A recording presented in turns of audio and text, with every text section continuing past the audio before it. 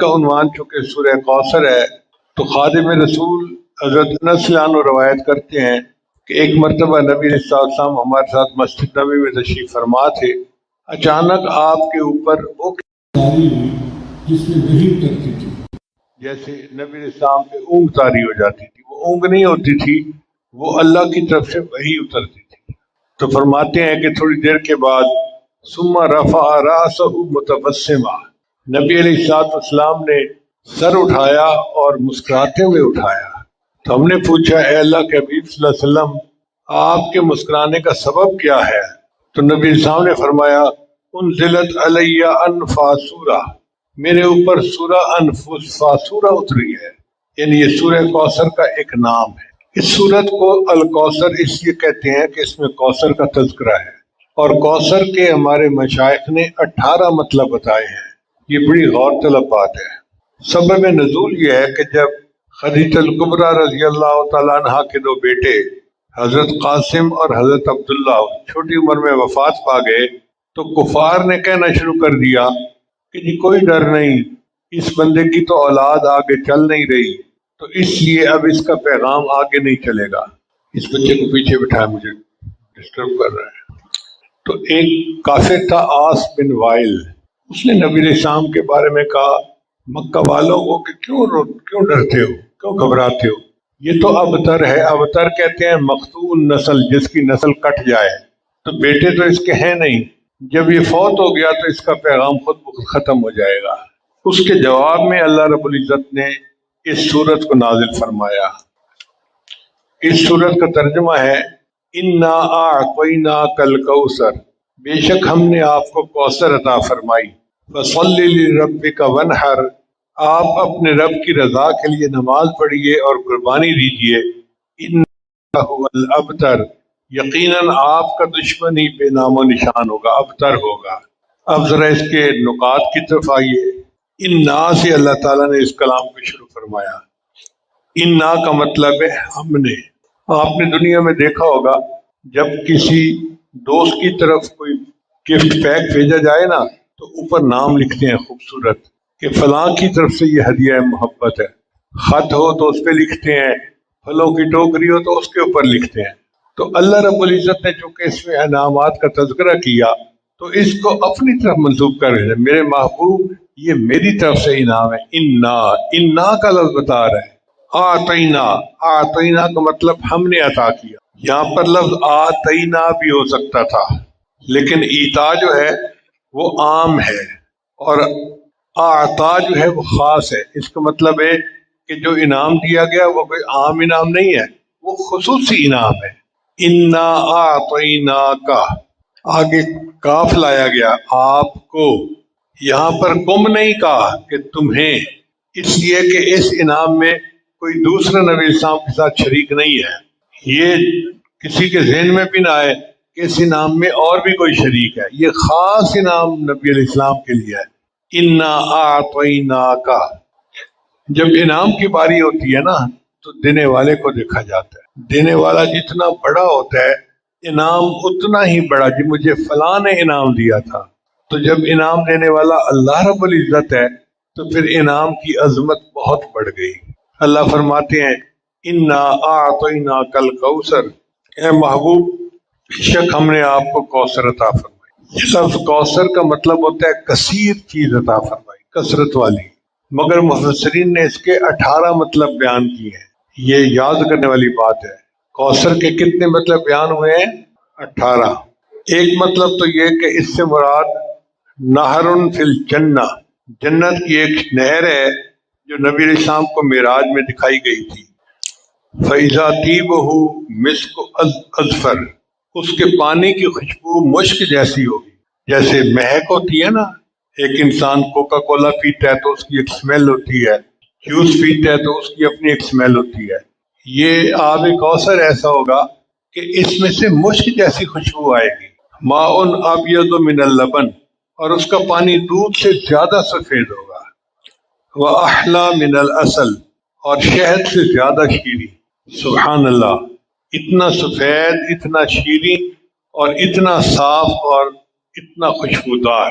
اس کے قریب جو آپ خورے ہیں وہ سونے اور چاندی کے ہیں. جیسے ہوتے ہیں نا واٹر کولر کے پاس گلاس پڑے ہوتے ہیں، تو اللہ تعالیٰ نے جو گلاس بنائے وہ سونے اور چاندی کے گلاس بنائے. سبحان اللہ. اللہ تعالیٰ کے کیا انعامات ہیں کہ ایسی سبیل دی کہ جو سونے اور چاندی کے گلاسوں والی تھی. اس نہر کو دیکھنے کے بعد نبی علیہ السلام نے حضرت جبریل علیہ السلام سے پوچھا کہ جبرائیل یہ کیا ہے؟ تو انہوں نے کہا ھذا الکوثر الذی اعطاک ربک، یہ وہ کوثر ہے جو آپ کے رب نے آپ کو عطا کر دی. دوسرا اس کا معنی ہے حوض کوثر، وہ حوض کوثر جو محشر میں ہوگا.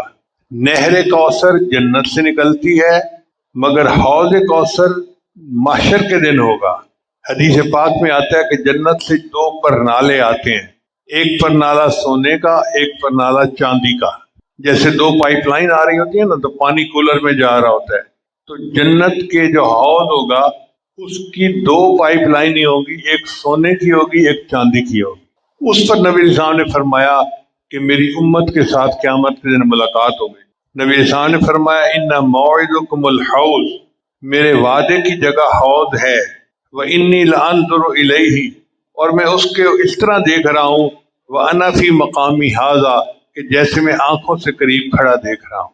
ومنبری علی حوضی، اور میرا ممبر حوض کے اوپر ہوگا. یعنی نبی علیہ السلام جیسے کرسی پہ کوئی بندہ بیٹھا ہوتا ہے تو اس سبیل کے پاس کرسی پر اللہ کے حبیب صلی اللہ علیہ وسلم تشریف فرما ہوں گے. پھر اس کے برتن آسمان کے ستاروں کی تعداد سے بھی زیادہ ہوں گے، اس لیے کہ نبی علیہ السلام کی امت سب سے زیادہ. تو ایسے لگتا ہے کہ وہ ڈسپوزیبل چیزیں نہیں ہوں گی. اللہ تعالیٰ بس ہر بندے کو الگ جو ہے وہ برتن میں حوض کوثر پلائیں گے. زوایا ہو سوا، اس کے چاروں طرف برابر ہوگی. اس کا مطلب یہ کہ حوض کوثر چوکور ہوگا، چاروں طرف برابر ہوگی. میں یشرب منہا فلا یظمأ ابدا، جو ایک مرتبہ اس کا مشروب پی لے گا پھر اس کے بعد اس کو کبھی پیاس نہیں لگے گی، سیراب ہو جائے گا. تفسیر قرطبی میں لکھا ہے کہ حوض کوثر کے چاروں کونوں پر نبی علیہ السلام کے چاروں خلفاء موجود ہوں. ایک کونے پر سیدنا صدیق اکبر لانو، ایک پہ حضرت عمر لانو، ایک پہ سیدنا عثمان غنی لانو، اور ایک پہ سیدنا علی رضی اللہ تعالیٰ. اور تفسیر قرطبی میں انہوں نے یہ بھی لکھا ہے کہ جو بندہ ان میں سے کسی ایک کے بارے میں دل میں بغض رکھتا ہوگا وہ اس کو حوض کوثر کا پانی نہیں پلائیں گے، اور جب ایک پلانے سے انکار کر دیں گے تو سب انکار کر دیں گے. اب کتنے خوش نصیب ہوں گے جن کو حضرت علی لانو پلائیں، جن کو حضرت عثمان غنی لانو پلائیں، جن کو حضرت عمر لانو پلائیں، اور جن کو صدیق اکبر لانو خود پلائیں. اور تفسیر میں لکھا ہے کہ بعض ایسے بھی خوش نصیب ہوں گے جن کو اللہ کے محبوب صلی اللہ علیہ وسلم خود اپنے ہاتھوں سے حوض کوثر پلائیں گے. کوثر کا تیسرا معنی ہے انہو رفعت الذکر، کہ اللہ تعالیٰ نے اپنے محبوب کے ذکر کو بلند کیا. چنانچہ کافر کہتے تھے کہ نبی علیہ السلام کی جب تک وفات ہوگی تو ان کا کوئی نام و نشان نہیں رہے گا. اللہ نے فرمایا میرے محبوب میں آپ کے ذکر کو بلند کر دوں. آپ اس کی بھی تفصیل سن لیجئے کہ ایک مرتبہ جبریل علیہ السلام نبی السلام کی خدمت میں حاضر آئے. اے اللہ کے حبیب صلی اللہ علیہ وسلم، اللہ تعالیٰ آپ سے پوچھتے ہیں کہ میں آپ کا ذکر کس طرح سے بلند کروں. تو نبی السلام نے جواب میں فرمایا اللہ اعلم، یہ تو اللہ ہی بہتر جانتا ہے. تو اللہ نے جواب دیا میرے محبوب میں آپ کا ذکر اس طرح بلند کروں گا کہ جب میرا ذکر ہوگا وہیں پہ تیرا ذکر ہوگا، جہاں ذکر خدا ہوگا وہیں پہ ذکر مصطفیٰ ہوگا. اللہ نے اپنے محبوب صلی اللہ علیہ وسلم کو کیا اونچا مقامات فرمایا کہ جہاں ذکر خدا ہوگا وہیں پہ ذکر مصطفیٰ ہوگا. چنانچہ کلمہ طیبہ میں دیکھیں اللہ کے نام کے ساتھ نبی علیہ السلام کا نام، نماز میں دیکھیں اللہ کے نام کے ساتھ نبی علیہ السلام کا نام، تشہد میں دیکھیں اللہ کے نام کے ساتھ نبی علیہ السلام، خطبہ میں دیکھیں، اذان میں دیکھیں اللہ کے نام کے ساتھ نبی علیہ السلام کا نام نامی آتا ہے. نبی علیہ السلام کا تذکرہ اللہ نے تورات، انجیل اور زبور میں بھی کیا، پہلی آسمانی کتابوں میں بھی. چنانچہ اللہ تعالیٰ فرماتے ہیں الذی یجدونہ مکتوبا عندہم فی التوراۃ والانجیل. چنانچہ ایک صحابی کہتے ہیں کہ میں نے عرض کیا اللہ کے نبی صلی اللہ علیہ وسلم، نہیں، ایک اور صحابی سے پوچھا کہ مجھے بتائیے کہ نبی علیہ السلام کا تذکرہ تورات انجیل میں کیسے تھا. تو انہوں نے فرمایا کہ نبی علیہ السلام کے مختلف نام تھے. ایک نام تھا حرز الامیین، ان پڑھوں کی پناہ گاہ. چونکہ امت ان پڑھ تھی تو نبی علیہ السلام ان پڑھوں کی پناہ گاہ تھے. ایک جگہ فرمایا انت عبدی و رسولی، اے میرے محبوب آپ میرے بندے ہیں اور میرے رسول ہیں. سمیتک المتوکل، میں نے آپ کا نام متوکل رکھ دیا. یہ تورات اور انجیل میں نبی علیہ السلام کے بارے میں اللہ تعالیٰ کی طرف سے خوشخبریاں ہیں.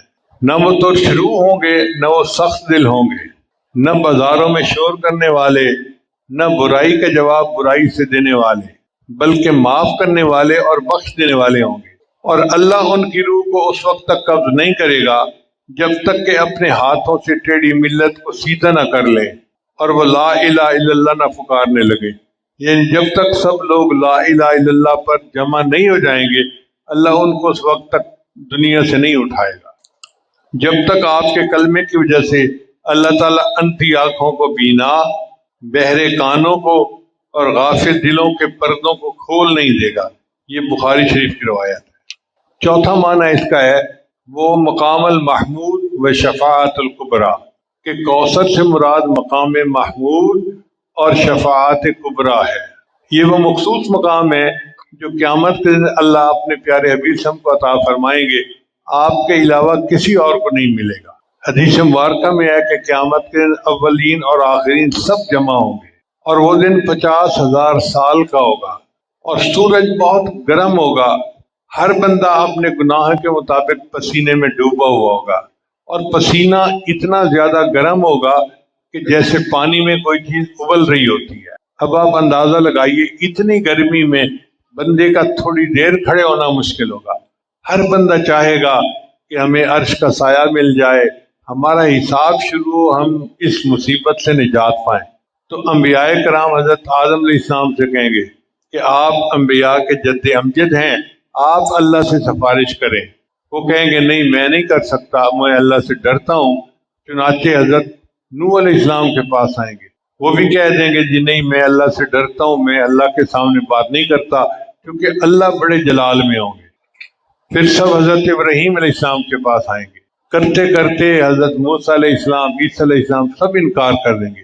پھر سب انبیاء مشورہ کریں گے کہ ہمیں چاہیے کہ نبی علیہ السلام کے پاس جائیں، وہ اللہ کے محبوب ہیں، وہ ہماری سفارش کریں. تو جب سب انبیاء آ کر سفارش کریں گے تو نبی علیہ السلام فرماتے ہیں کہ میں اس وقت اللہ کے سامنے سجدہ کروں گا اور میں اپنی امت کے بارے میں رونے لگ جاؤں گا. اور جب میں روؤں گا تو اللہ فرمائیں گے اے میرے محبوب ارفع رأسک سل تعطیٰ، تو کیوں روتا ہے، تو مانگ، جو مانگے گا میں تمہیں عطا کر دوں گا. چنانچہ نبی علیہ السلام کی شفاعت پر قیامت کے دن ہم جیسے گناہگاروں کی بخشش ہوگی. شاعر نے کہا نبی آتے رہے آخر میں نبیوں کے امام آئے، نبی آتے رہے آخر میں نبیوں کے امام آئے، وہ دنیا میں خدا کا آخری لے کر پیام آئے. جھکانے آئے بندوں کی جبیں اللہ کے در پر، سکھانے آدمی کو آدمی کا احترام آئے. وہ آئے جب تو عظمت بڑھ گئی دنیا میں انسان کی، وہ آئے جب تو عظمت بڑھ گئی دنیا میں انسان کی، وہ آئے جب تو انسان کو فرشتوں کے سلام آئے. وہ ہیں بے شک بشر لیکن تشہد میں اذانوں میں، وہ ہیں بے شک بشر لیکن تشہد میں اذانوں میں، جہاں دیکھو خدا کے نام کے بعد ان کا نام آئے. بروز حشر امین جب نفس نفسی کا سما ہوگا، امین گیلانی رحمت اللہ علیہ. بروز حشر امین جب نفس نفسی کا سما ہوگا، وہاں وہ کام آئیں گے جہاں کوئی نہ کام آئے. تو اللہ کے حبیب صلی اللہ علیہ وسلم کی شفاعت سے قیامت کے دن ہم جیسے بہت سارے گناہگاروں کی بخشش ہو جائے گی. ایک اس کا معنی ہے اولاد. کوثر کا ایک معنی کیا ہے؟ اولاد. چنانچہ اولاد دو طرح کی ہوتی ہے، ایک نسبی اور ایک روحانی. جو نسبی اولاد ہے وہ سیدہ فاطمہ رضی اللہ تعالی عنہا سے آگے چلی، اور آج 1400 سال گزرنے کے بعد بھی دنیا میں سادات موجود ہیں. جس ملک میں چلے جاؤ، جس شہر میں چلے جاؤ، آپ کو سید گھرانہ مل جاتا ہے. تو اللہ نے دیکھو آپ کو کیا بخت دیے کہ آپ صلی اللہ علیہ وسلم کی اولاد 1400 سال تک آگے چل رہی ہے۔ ایک ہوتی ہے روحانی اولاد، تو اگر اس سے روحانی اولاد مل جائے تو یہ بھی جائز، چونکہ نبی علیہ السلام نے فرمایا کہ میں ہر متقی پرہیزگار میری آل میں سے ہیں۔ اور ایک حدیث میں نبی علیہ السلام نے فرمایا انما انا لکم بمنزلۃ الوالد، میں تمہارے لیے باپ کی مانند ہوں۔ تو اگر نبی علیہ السلام نیک آدمیوں کے باپ ہیں تو پوری امت روحانی اولاد ہے، تو گویا اولاد پوری دنیا میں پھیلی ہوئی ہے۔ یہ نعمت اللہ نے اپنے محبوب کو عطا فرمائی۔ پانچواں مطلب اس کا یہ ہے وہ خیر الامم، کہ اللہ نے اپنے محبوب کی امت کو خیر الامم بنا دیا، یہ کوثر ہے۔ یہ معنی بھی ٹھیک ہے۔ اللہ تعالیٰ قرآن میں فرماتے ہیں اس امت کے بارے میں کنتم خیر امت اخرجت للناس، تم بہترین امت ہو، اللہ نے تمہیں انسانوں کی بھلائی کے لیے بھیجا ہے۔ پھر یہ امت وسط ہے، درمیانی امت۔ وَكَذَلِكَ جَعَلْنَاكُمْ أُمَّةً وَسَطًا لِتَكُونُوا شُهَدَاءَ عَلَى النَّاسِ۔ اللہ تعالیٰ نے معراج کی رات نبی السلام کو فرمایا وَجَعَلْتُ مِنْ أُمَّتِكَ قُلُوبُهُمْ أَنَاجِيلُهُمْ، اور میں نے امت کے آپ کی امت کے سینوں کو انجیل کی مانند بنا دیا۔ انجیل اللہ کی کتاب ہے، تو آج بھی جو بندہ قرآن پاک کا حافظ ہوتا ہے اس کی مثال انجیل کی مانند ہے، قرآن کی مانند ہے۔ علامہ اقبال فرماتے ہیں ہر لحظہ مومن کی نئی آن نئی شان، کردار میں گفتار میں اللہ کی برہان، یہ بات کسی کو نہیں معلوم کہ مومن قاری نظر آتا ہے حقیقت میں ہے قرآن۔ تو قرآن کا حافظ حقیقت میں قرآن مجید ہی کے حکم میں ہوتا ہے۔ ایک اس کا معنی مفسرین نے لیا ہے ساتواں خلق عظیم، کہ کوثر سے مراد نبی السلام کے اخلاق عظیمہ ہیں۔ نبی السلام نے ارشاد فرمایا بعثت لأتمم مکارم الاخلاق، میں مکارم اخلاق کی تعلیم دینے کے لیے دنیا میں آیا ہوں۔ نبی السلام نے فرمایا ادبنی ربی فاحسن تادیبی، میرے رب نے مجھے ادب سکھایا اور بہترین ادب سکھایا۔ اب سوچئے کہ جس کا مربی خود اللہ ہو اس کی تربیت کتنی اعلیٰ ہوگی۔ چنانچہ تمام انبیاء کی صفات کو اللہ نے اپنے محبوب صلی کے اندر جمع کر دیا۔ آدم علیہ السلام کی انابت، نوح علیہ السلام کی استقامت، ادریس علیہ السلام کی ہدایت، شیس علیہ السلام کی کرامت، ابراہیم علیہ السلام کی خلت، اسماعیل علیہ السلام کی اطاعت، یعقوب علیہ السلام کا حسن، اسحاق علیہ السلام کی بشاشت، موسیٰ علیہ السلام کی وجاہت، ہارون علیہ السلام کی سادگی، زکریہ علیہ السلام کی یقین، اور نبی اور یحییٰ علیہ السلام کی حکمت، یوسف علیہ السلام کا حسن، یونس علیہ السلام کا غم، ایوب علیہ السلام کا صبر، داؤد علیہ السلام کی قوت، سلیمان علیہ السلام کا تدبر، اور لوط علیہ السلام کی شرافت، ان تمام کو اللہ نے اپنے محبوب میں جمع فرما دیا۔ چنانچہ ہمارے سلسلہ کے بزرگ مولانا جامی نقشبندی رحمۃ اللہ علیہ نے شعر کہا حسن یوسف دم عیسیٰ ید بیضا داری، حسن یوسف دم عیسیٰ ید بیضا داری، آنچ خوباں ہم دارن تو تنہا داری۔ اے محبوب، یوسف علیہ السلام کا حسن اور یوسف علیہ السلام کی پھونک اور موسیٰ علیہ السلام کا ید بیضا، ان تمام حسینوں کے پاس جو معجزات تھے آپ اکیلے کے پاس یہ سب معجزات موجود ہیں۔ بعض مفسرین نے کوثر سے نبی علیہ السلام کے معجزات مراد لیے ہیں۔ چنانچہ علامہ ابن حجر اسقلانی نے نبی علیہ السلام کے معجزات کی تعداد کا ذکر کرتے ہوئے فرمایا ہے کہ ان کی تعداد 1000 سے زیادہ ہے۔ امام نووی رحمۃ اللہ علیہ نے صحیح مسلم کے مقدمہ میں ذکر فرمایا کہ نبی علیہ السلام کے معجزات کی تعداد 1200 سے زیادہ ہے۔ امام بہقی رحمۃ اللہ نے المدخل میں فرمایا ہے آپ کے معجزات 1000 تک ہیں۔ اور علامہ زاہدی حنفی رحمۃ اللہ علیہ وہ فرماتے ہیں کہ نبی علیہ السلام کے معجزات 1000 ہی ہیں، اور یہ بھی کہا کہ 3000 تک ان کی تعداد ہے۔ اگر نبی علیہ السلام کے معجزات کو تقسیم کیا جائے تو اس کی 10 قسمیں بنتی ہیں۔ کتنے قسمیں بنتی ہیں؟ 10 قسمتیں۔ پہلے معجزات ہیں افلاکی معجزات، تو نبی علیہ السلام کی انگلی کے اشارے سے چاند دو ٹکڑے ہو گیا، یہ افلاکی معجزہ تھا جو رونما ہوا۔ پھر دوسرا ہے جماداتی معجزہ. جمادات کہتے ہیں پہاڑ، پتھر، زمین. چنانچہ پتھر تھے جو نبی علیہ السلام کو سلام کیا کرتے تھے. نبی السلام نے فرمایا میں مکہ مکرمہ میں ایسے پتھر کو جانتا ہوں جو میری بعثت سے پہلے مجھے سلام کیا کرتا تھا، اور میں اس پتھر کو اب بھی جانتا ہوں. داماد رسول حضرت علی رضی اللہ تعالیٰ عنہ بیان فرماتے ہیں کہ ایک مرتبہ میں نبی علیہ السلام کے ہمراہ تھا. ہم دونوں مکہ مکرمہ کے نواح میں چلے گئے تو میں نے دیکھا کہ جو پہاڑ اور درخت سامنے آتا اللہ کے رسول صلی اللہ علیہ وسلم کو نہایت ادب سے سلام پیش کرتا. پھر تیسرا ہے نباتاتی معجزات، درختوں کا معجزہ. جیسے ایک کھجور کا تنا تھا مسجد نبی میں جو نبی علیہ السلام کی جدائی میں رو پڑا تھا. پھر چوتھا ہے حیواناتی معجزات، جانوروں کے معجزات. چنانچہ ایک اونٹ نے نبی علیہ السلام کی خدمت میں آ کے اپنے مالک کی شکایت کی تھی. کمزور گھوڑا تھا، اس کو نبی علیہ السلام کا پیغام ملا تو اس نے تیز بھاگنا شروع کر دیا. ایک مرتبہ ایک بدو گو لے کے جا رہا تھا. گو ہمارے علاقے میں ایک جاندار ہے جس کو بہت مضبوطی کے ساتھ دیوار کو پکڑ لیتی ہے تو وہ چھوڑتی نہیں ہے. تو پہلے وقتوں کے ڈور چور ڈاکو اس کو استعمال کرتے تھے.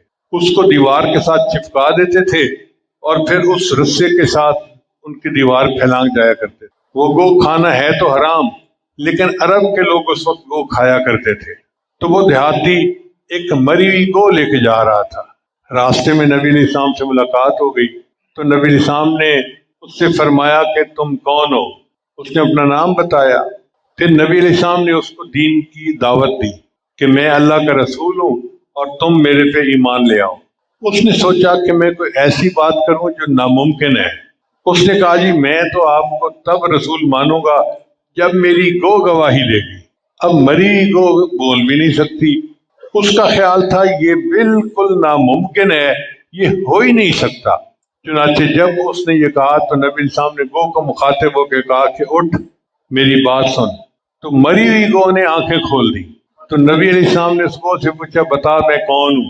اس نے کہا آپ اللہ کے رسول ہیں اور آپ وہ ذات ہیں جن کی شفاعت سے قیامت کے دن لوگوں کی بخشش ہوگی. اللہ کے حبیب صلی اللہ علیہ وسلم کی گواہی جانوروں میں دی، درختوں میں دی، پتھروں میں دی. پھر شفا کے معجزات کہ نبی علیہ السلام کی دعا سے لوگوں کو شفا نصیب ہو گئی. حضرت علی عنہ کی آنکھیں ایک مرتبہ بڑی خراب تھیں. نبی علیہ السلام نے لعاب مبارک لگایا، اللہ نے ان کی آنکھوں کو ٹھیک کر دیا. حضرت ابوبکر صدیق عنہ کے پاؤں پہ سانپ نے کاٹا تھا، نبی علیہ السلام نے لعاب مبارک لگایا اور اللہ نے ان کو شفا عطا فرما دی. پھر چھٹے معجزات ہیں دعائیہ معجزات. آپ صلی اللہ علیہ وسلم کی دعا کی بدولت جو رونما ہوئے ان کی تعداد تو بہت زیادہ ہے. پھر ساتویں معجزات ہیں نبع الماء کہ نبی علیہ السلام کی مبارک انگلیوں سے پانی جاری ہو گیا. ایک مرتبہ پورا لشکر تھا اور انہوں نے وضو کرنا تھا اور پانی پینا تھا اور ایک چھوٹے سے برتن میں پانی تھا. تو نبی علیہ السلام نے اس میں اپنے مبارک ہاتھ کو ڈال دیا. صحابی کہتے ہیں کہ ہم حیران تھے کہ محبوب کی انگلیوں سے پانی نکل رہا تھا جیسے چشمے سے نکلتا ہے. اتنا پانی نکلا کہ پورے لشکر نے اس کو پیا. اس لیے کہتے ہیں کہ کائنات میں سب سے زیادہ افضل وہ پانی ہے جو محبوب صلی اللہ علیہ وسلم کی مبارک انگلیوں سے نکلا تھا. دوسرے درجے پھر زمزم کا نام، حوض کوثر کا نام آتا ہے. پھر تیسرے درجے پہ زمزم کا نام آتا ہے. پھر اخبار غیب کے معجزات یعنی پرانے زمانے کے واقعات بھی بیان کیے نبی علیہ السلام نے. اور 10ویں ہیں پیش گوئی کے معجزات، آنے والے واقعات اور حادثات کی اطلاع بھی نبی علیہ السلام نے دی. آپ نے آج ظہر کے بعد بیان بھی سنا علامات قیامت کے بارے میں. تو میرے محبوب صلی اللہ علیہ وسلم کی صداقت کی ایک دلیل یہ بھی ہے کہ جو آپ نے فرمایا جیسے فرمایا 1400 سال کے بعد وہ بات منوان اسی مطلب پوری ہو رہی ہے. 10واں معنی کوثر کا ہے العلم الواسع، نبی علیہ السلام کا وسیع علم. نبی علیہ السلام کو اللہ نے خیر کثیر عطا فرمائی اور علم کے بارے میں اللہ فرماتے ہیں وَمَن يُؤْتَ الْحِكْمَةَ فَقَدْ أُوتِيَ خَيْرًا كَثِيرًا. ایک جلد اپنے حبیب صلی اللہ علیہ وسلم کے بارے میں فرماتے ہیں وَعَلَّمَكَ مَا لَمْ تَكُنْ تَعْلَمْ وَكَانَ فَضْلُ اللَّهِ عَلَيْكَ عَظِيمًا. چنانچہ نبی علیہ السلام نے فرمایا اوتی تو علم الاول والآخرین، اس کا 11واں معنی ہے انہ الاسلام، کہ کوثر سے مراد دین اسلام ہے۔ حقیقت یہ ہے کہ اسلام بہت بڑی نعمت ہے اللہ کی، جو اللہ نے اپنے محبوب کو عطا فرمایا۔ ارشاد فرمایا الیوم اکملت لکم دینکم واتممت علیکم نعمتی ورضیت لکم الاسلام دینا۔ ایک اور جگہ اللہ فرماتے ہیں ان الدین عند اللہ الاسلام۔ ایک جگہ اللہ فرماتے ہیں الیوم یائس الذین من دینکم، اے محبوب آج یہ کافر آپ کے دین سے مایوس ہو گئے، آج کے دن ان کو پتہ چل گیا کہ مسلمان لوہے کے چنے ہیں، ان کو چبانا آسان کام نہیں ہے، یہ مایوس ہو گئے ہیں۔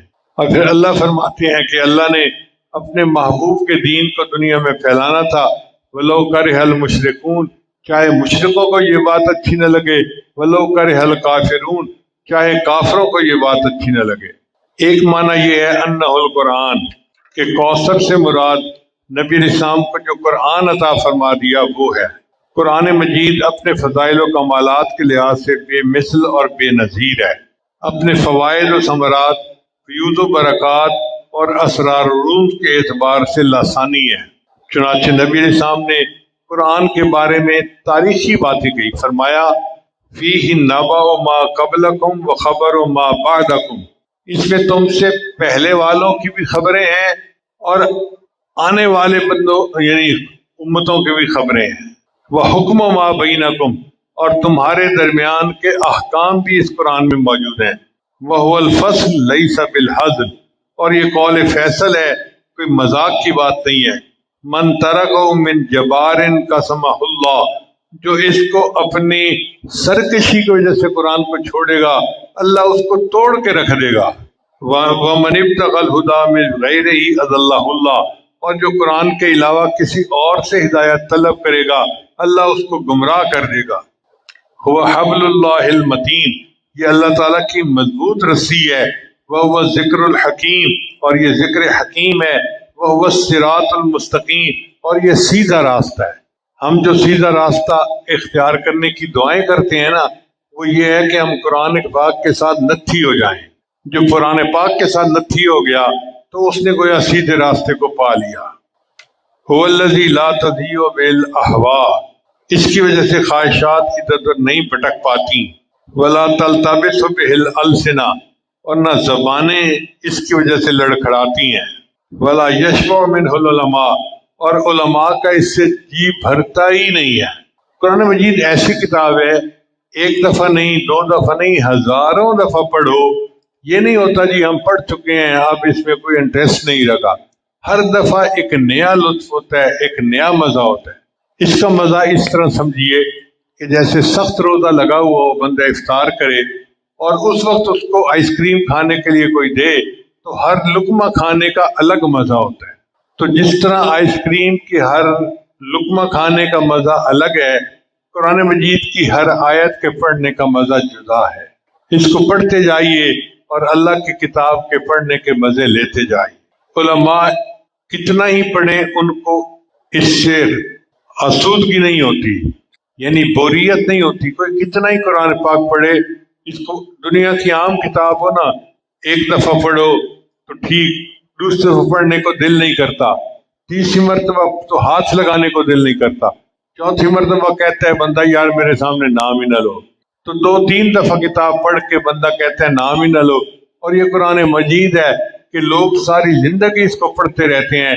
شیخ رضی صاحب کے ایک بیان میں آپ نے سنا کہ ایک بزرگ نے اپنی زندگی میں 18,000 مرتبہ قرآن پاک پڑھا اور ان کو قرآن پاک سے سیرابی نہیں ہوئی۔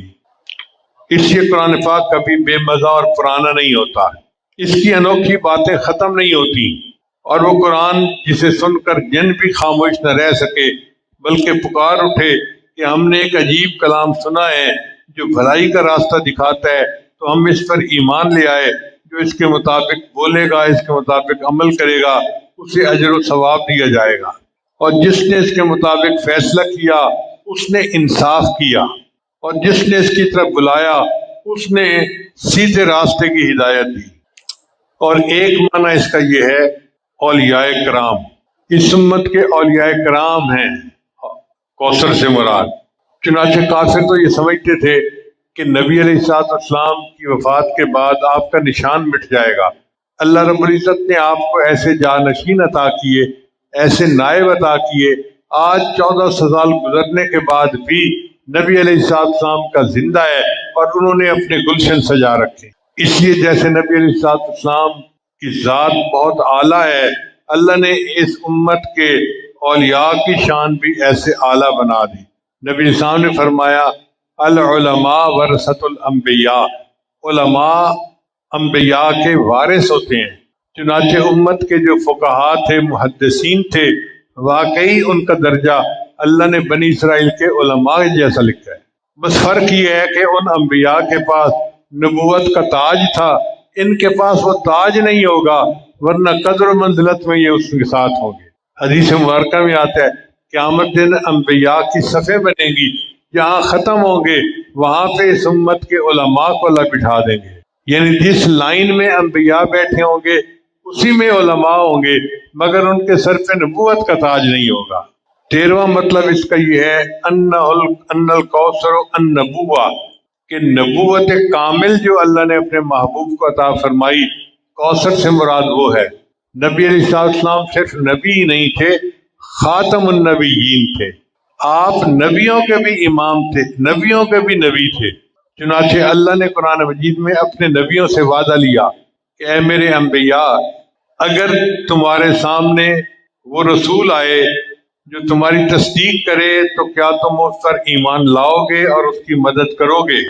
وَإِذَا أَخَذَ اللَّهُ مِيثَاقَ النَّبِيِّينَ، اللہ نے انبیاء سے یہ عہد لیا، لما آتیتکم من کتاب و حکمت ثم جاءکم رسول مصدق لما معکم لتؤمنن به ولتنصرن قال اقررتم، اللہ نے پوچھا میرے انبیاء کیا تم سب نے اس کا اقرار کر دیا؟ وَأَخَذْتُمْ عَلَىٰ ذَلِكُمْ إِسْرِي، اور اس پر جو ہے میرے ساتھ وعدہ پکا کر لیا۔ قالوا اقررنا، انہوں نے کہا ہم نے اقرار کیا۔ قال فاشهدوا، اللہ نے فرمایا پھر گواہ رہو۔ وَأَنَا مَعَكُمْ مِنَ الشَّاهِدِينَ، اور میں بھی تمہارے ساتھ گواہ ہوں۔ تو نبی علیہ السلام کو اللہ نے جو خاتم النبیین کا رتبہ دیا وہ کوثر میں شامل ہے۔ 14واں مطلب ہے کہ کوثر سے مراد وہ اعلیٰ مقام قرب ہے جس کے اوپر کوئی مقام کسی بندے کے لیے ممکن ہی نہیں ہے۔ بعض نے 15واں مطلب امام جعفر رحمۃ اللہ فرماتے ہیں کہ آپ کے قلب منور کے نور کو اللہ نے کوثر فرمایا۔ جس قلب کا نور پوری امت میں تقسیم ہو رہا ہے، آپ اندازہ لگائیے اس قلب کے اندر کتنا نور ہوگا، وہ کتنا منور قلب ہوگا، اس کو کوثر کہا گیا۔ 17واں یہ کہ سورہ کوثر سے مراد یہی سورہ کوثر ہی ہے۔ سورہ کوثر کی 3 آیات ہیں، انا اعطیناک الکوثر فصلی لربک وانحر ان شانئک ھو الابتر۔ یہ قرآن مجید کی سب سے چھوٹی سورت ہے۔ جب یہ سورت اتری تو مکہ کے کافر نے سوچا کہ بڑے اچھے اشعار ہیں اور ایک شعر کی کمی ہے، اگر چوتھا شعر فٹ ہو جائے نا تو پھر ہم کہیں گے دیکھو جی ہم نے تمہارے مقابلے کا قرآن بنا دیا۔ چنانچہ مکہ مکرمہ کا ایک شاعر تھا جو غاروں میں رہتا تھا، تنہائی میں وقت گزارتا تھا، یعنی غالب اور میر تقی میر جیسا کوئی شاعر تھا، الگ زندگی گزارتا تھا۔ وہ اس کے پاس گیا اور اس کو جا کے کہا کہ یہ 3 فقرے تو میں نے بنا دیے، چوتھا فقرہ میں نے نہیں بنایا، وہ تو بنا دے۔ اس نے وعدہ کر لیا۔ اب وہ کئی دن سوچتا رہا کہ چوتھا فقرہ کون سا بناؤں جو فٹ ہو جائے۔ 1 ہفتے کا اس نے وعدہ کیا تھا اور وہ کافر بڑا خوش تھا کہ میں 1 ہفتے کے بعد آؤں گا اور مسلمانوں کے پیغمبر کو بتاؤں گا کہ دیکھو تمہارے کلام کے ساتھ جیسا میں نے بھی کلام بنا لیا۔ چنانچہ 1 ہفتے کے بعد وہ اس سے جواب لے کے آیا تو فقرہ کیا فٹ ہوا تھا، انا اعطیناک الکوثر فصلی لربک وانحر ان شانئک ھو الابتر ما ھذا کلام البشر، یہ کسی بشر کا کلام نہیں ہے۔ 18ویں تفسیر یہ ہے انہ الخیر الکثیر۔ چنانچہ ابن عباس رحمۃ اللہ علیہ رضی اللہ عنہ فرماتے ہیں کہ یہ تفسیر تمام تفاسیر پر مشتمل ہے۔ چنانچہ صاحب روح المعانی علامہ آیوسی اسی آیت کے تحت فرماتے ہیں کہ سب سے راجح قول یہ ہے کہ نبی علیہ السلام پر جو نعمتیں ظاہرہ تھیں یا باطنہ تھیں وہ کوثر کے اندر شامل ہے۔ جو نعمتیں آپ کو دنیا میں حاصل تھیں یا آخرت میں نصیب ہوں گی، سب کی سب کوثر میں شامل ہوں گی۔ وہ علوم و معارف جو اللہ نے آپ کو دنیا میں دیے اور وہ جو فیض اللہ آپ کو آخرت میں عطا فرمائیں گے وہ سب کوثر میں شامل ہیں۔ تو یہ کوثر کے 18 مختلف مطلب تھے۔ اللہ فرماتے ہیں انا اعطیناک الکوثر، آگے فرمایا فصلی لربک وانحر، اپنے رب کے لیے نماز پڑھیے اور قربانی دیجیے۔ تو سوال پیدا ہوتا ہے کہ بھئی شکر ادا کرنے کا تو حکم نہیں دیا، نماز پڑھنے کا حکم دیا ہے۔ تو مفسرین نے کہا کہ نماز پڑھنا خود شکر ادا کرنے کا ایک طریقہ ہے۔ اللہ قرآن میں فرماتے ہیں وَلِلَّهَ فَاعْبُدْ وَكُن مِّنَ الشَّاكِرِينَ، اپنے اللہ کی عبادت کیجیے اور شکر ادا کرنے والوں سے بن جائیے۔ تو گویا یہ شکر ہی ہے جو نبی علیہ السلام بدنی اعتبار سے، ایک ہوتا ہے لسانی شکر، ایک ہوتا ہے بدنی شکر، اور پھر آگے فرمایا وانحر، قربانی دیجیے۔ تو ان کا مطلب یہ ہے کہ بدنی عبادت پہ کیجیے، مالی عبادت پہ کیجیے۔ چنانچہ جب کسی بندے پر انعامات ہوں، جب کسی بندے پر اللہ کی خاص مہربانیاں ہوں، اس کو چاہیے کہ وہ مالی طور پہ بھی شکر ادا کرے، جسمانی طور پر بھی شکر ادا کرے۔ نہر کہتے ہیں جانور کو ذبح کرنا، اونٹ کو ذبح کرنے کا نام نہر ہے۔ اس سے مراد جانور کی قربانی ہے، اونٹ کی ہو یا بکری گائے کی ہو۔ تو یہ فلاح کے 2 اصول ہیں اللہ نے قرآن مجید میں بتا دیے کہ بندہ نماز پڑھے اور قربانی دے۔ اس کا نتیجہ کیا ہوگا؟ ان نشانیک هو الابتر، تیرا دشمن یقیناً مقتون نسل ہوگا، ابتر ہوگا۔ چنانچہ جن کافروں نے نبی علیہ السلام کو تانے دیے، آج نہ ان کی نسلوں کا پتہ نہ ان کے نام و نشان کا پتہ، اور اللہ نے اپنے حبیب کا تذکرہ بھی باقی رکھا ہوا ہے اور جو انعامات عطا کیے ان کو بھی باقی رکھا ہوا ہے۔ تاریخ میں مختلف انبیاء تشریف لائے، ان کی قوموں نے ان کے اوپر اعتراضات کیے، تو اللہ نے ان انبیاء کی زبانی قوم کو جواب دکھایا۔ مثلا حضرت نوح علیہ السلام کو ان کی قوم نے کہا تھا انا لنراک فی ضلال مبین، ہم تو آپ کو صریح گمراہی میں دیکھتے ہیں۔ تو اللہ نے اپنے نوح علیہ السلام کی زبانی جواب دلوایا یا قوم لیس بی ضلالہ، اے قوم میں گمراہ نہیں ہوں۔ قوم اعتراض کر رہی ہے، نبی علیہ السلام خود جواب دے رہے ہیں۔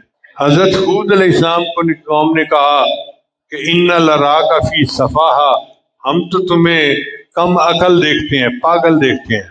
تو نوح علیہ السلام نے جواب دیا یا قوم لیس بی سفاہہ، اے میری قوم میں کم عقل نہیں ہوں۔ حضرت موسیٰ علیہ السلام کو فرعون ملعون نے کہا تھا انی لاظنک یا فرعون مسحورا، اے موسیٰ میں تو تجھے سحر زدہ دیکھتا ہوں۔ تو موسیٰ علیہ السلام نے اس مردود کے تان کا جواب دیتے ہوئے فرمایا انی لاظنک یا فرعون مسحورا، اے فرعون میں تجھے ہلاکت میں مبتلا دیکھتا ہوں۔ تو اندازہ کیجئے کہ ہر نبی پر ان کی امت نے اعتراضات کیے، اللہ نے اس نبی کی زبان سے جواب دلوایا۔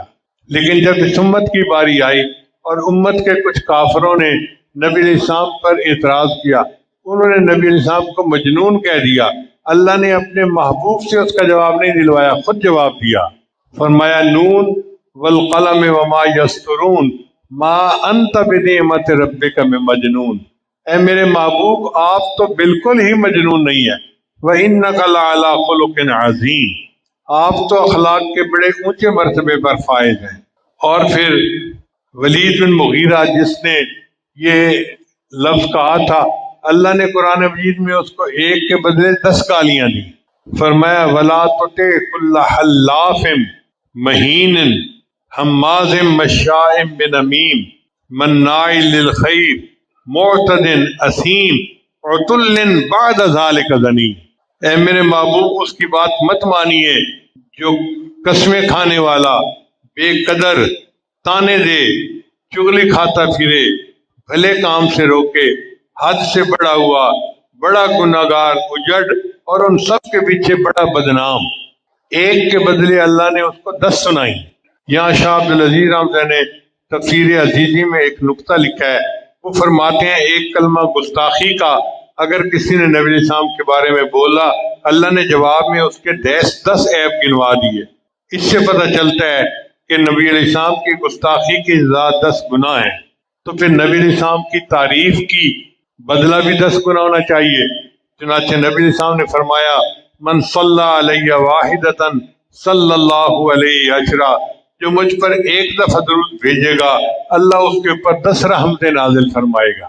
یہ سورہ کوثر کی تفسیر تھی جو آج ہم نے پڑھی۔ اب اس کے فوائد بھی سن لیجئے۔ خواب میں نبی علیہ السلام کی زیارت کے لیے جمعہ کی رات کو سونے سے پہلے باوضو ہو کر سورہ کوثر کو 100 دفعہ پڑھے اور 100 مرتبہ درود شریف پڑھے اور باوضو ہی سو جائے تو نبی علیہ السلام کی زیارت نصیب ہوتی۔ بہت سارے لوگوں کو شوق ہوتا ہے کہ نبی علیہ السلام کی زیارت نہیں ہوئی تو جمعرات کو 100 مرتبہ سورہ کوثر پڑھے اور 100 مرتبہ درود شریف ساتھ پڑھے، اللہ تعالیٰ زیارت عطا فرمائیں گے۔ جو آدمی سورۃ الکوثر کو لکھ کر اپنے گلے میں باندھے تو وہ امن میں رہے گا۔ تنہائی میں 300 بار پڑھنے سے اللہ اس کو دشمنوں پر غلبہ عطا فرمائیں گے۔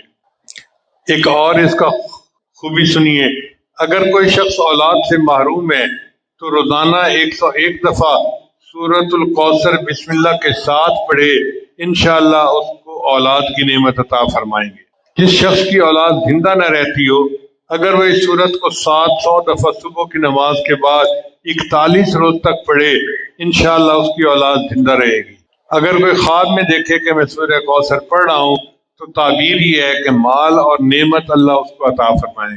حضرت خواجہ فرید الدین عطار رحمۃ اللہ پند نامہ میں شعر لکھتے ہیں، بادشاہ ہمارا درگزار، اے بادشاہ میرے گناہوں کو معاف کر دے، ما گناہ گاریم تو آمرزگار، میں گناہ گار ہوں اور تو بڑا رحم کرنے والا ہے، تو نکوکاری و ما برکردہیم، اللہ تو اچھا ہے اور میں بہت ہی برا ہوں، جرم بے پایا و بے حد کردہیم، میں نے بے حد اور بے پناہ جرم کیے ہیں، سال ہا در فسق و عصیاں گشتہیم، سال ہا سال اے اللہ میں گناہوں کے اندر ڈوبا رہا ہوں، دائماً در بند عصیاں بودہیم، ہم کرین نفس و شیطاں بودہیم، روز و شب اندر معاصی بودہیم، میں نے نفس اور شیطان کی قربت اختیار کی اور دن رات میں گناہوں کے اندر پڑا رہا، غافل از یؤخذ نواسی بودہیم، اور میں غافل ہو گیا کہ اللہ تعالیٰ پیشانیوں سے پکڑ کر بندے کو جہنم میں ڈالنے والا بھی ہے۔ بے گناہ نہ گزشتہ برما ساعت، میرے اوپر کوئی ساعت بھی گناہوں کے بغیر نہیں گزری، بحضور دل نہ کردہ طاعت، اور میرے دل نے کوئی طاعت حضوری کے ساتھ نہیں کی۔ اے اللہ یہ ٹوٹا ہوا بندہ اب آپ کے دربار پہ حاضر ہے، آپ روی خود بعیسیاں ریختہ، میرے مولا مغفرت دارد امید از لطف تو، مغفرت فرما اپنے مہربانی کے ساتھ، ذاں کے خود فرمود اے لا تقنطو، اس لیے کہ تو نے خود کہا ہے کہ میرے بندوں مجھ سے مایوس نہ ہونا۔ بنی اسرائیل کا ایک نوجوان تھا جو بہت گناہ گار تھا، اس کا واقعہ سن کے میں بات مکمل کرتا ہوں۔ وہب ابن منبہ رحمۃ اللہ علیہ فرماتے ہیں، کانا فی زمن موسیٰ علیہ السلام شاب، موسیٰ علیہ السلام کے زمانے میں ایک نوجوان تھا، آتن بڑا سرکش تھا، مصرف علی نفسہ ہی اپنے نفس پہ بڑا ظلم کرتا تھا، وہ اتنا برا تھا کہ بستی کے لوگ اس سے تنگ آ گئے تھے اور انہوں نے فیصلہ کر لیا تھا اب ہم نے اس کو بستی میں رہنے نہیں دینا۔ اب آپ بتائیے کتنا بڑا گناہ گار ہوگا کہ بستی کے لوگوں نے متفقہ طور پہ فیصلہ کیا کہ اس کو ہم نے بستی سے نکال دینا ہے۔ چنانچہ اس نے پھر گناہ کا ارتکاب کیا تو پھر بستی والوں نے مل کے اس کو مارا اور ذلیل اور رسوا کر کے بستی سے دھکے دے کے نکال دیا۔ فَأَخْرَجُوهُ مِن بَيْنِهِمْ لِسُوءِ فِعْلِهِ، ساری بستی والوں نے اس کے برے کاموں کی وجہ سے اسے نکال دیا۔ فَحَضَرَتْهُ الْوَفَاةُ فِي خَرْبَةٍ عَلَى بَابِ الْبَلَدِ، اس زمانے میں شہروں کے گرد فصیلیں ہوتی تھیں جیسے ہمارے ادارے کے گرد دیوار ہے اور اس کے دروازے ہوتے تھے۔ جب انہوں نے دروازے سے دھکا دیا تو دروازے کے سامنے ویرانہ تھا جہاں چند درخت تھے، وہ ویرانے میں جا کر بیٹھ گیا۔ اللہ کی شان دیکھیں کہ اس ویرانے میں اس کو موت آ گئی۔ فَأَوْحَى اللَّهُ تَعَالَى إِلَى مُوسَىٰ، اللہ تعالیٰ نے موسیٰ علیہ السلام کی طرف وحی نازل فرمائی، إِنَّ وَلِيًّا مِّنْ أَوْلِيَائِي حَضَرَهُ الْمَوْتُ، اے موسیٰ علیہ السلام میرے اولیاء میں سے ایک ولی کو موت آ گئی ہے۔ فاحذروا وغسلوا وصلی علیہ، آپ اس کے پاس جائیے، اس کو غسل دیجیے اور اس کی جنازے کی نماز پڑھیے۔ وَقُلْ لِمَنْ كَثُرَ عِصْيَانُهُ يَحْضُرْ جَنَازَتَهُ، دیجیے کہ جس بندے کے گناہ بہت ہوں وہ آ کے اس کے جنازے کی نماز پڑھے، میں اس کو بھی معاف کر دوں گا۔ وَاحْمِلُوا إِلَيَّ، اور اسے قبر میں دفنا دیجیے، لِأَعْلَمَ مَثْوَاهُ، تاکہ میں اس کے ساتھ اچھا معاملہ کروں۔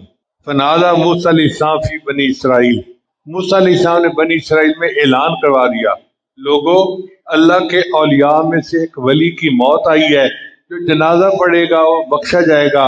فکثر الناس، تو لوگوں کی ساری تعداد، بہت کثیر تعداد جنازہ پڑھنے پہنچ گئی۔ فلما حضروا عرفوه، جب وہ لوگ وہاں پہنچے تو انہوں نے اس کو پہچان لیا۔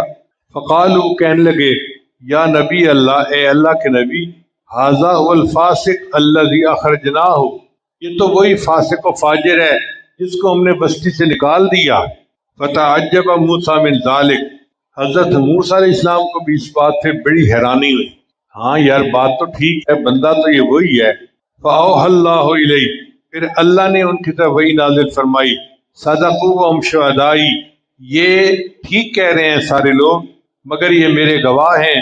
الا انہ لما حضرت الوفات فی هذه الخربۃ، مگر مسئلہ یہ ہے کہ جب اس بندے کو ویرانی میں موت آئی، نظر یمنۃ و یسرۃ، اس نے اپنی دائیں طرف بھی دیکھا بائیں طرف بھی دیکھا، ولا قریبا، اس کو کوئی اپنا قریبی رشتہ دار نظر نہیں آیا، ورآ نفسہ غریبۃ وحیدۃ ذلیلۃ، اس نے اپنے نفس کو غریب پایا، اکیلا پایا اور ذلیل پایا۔ فرفع بصرہ الیہ،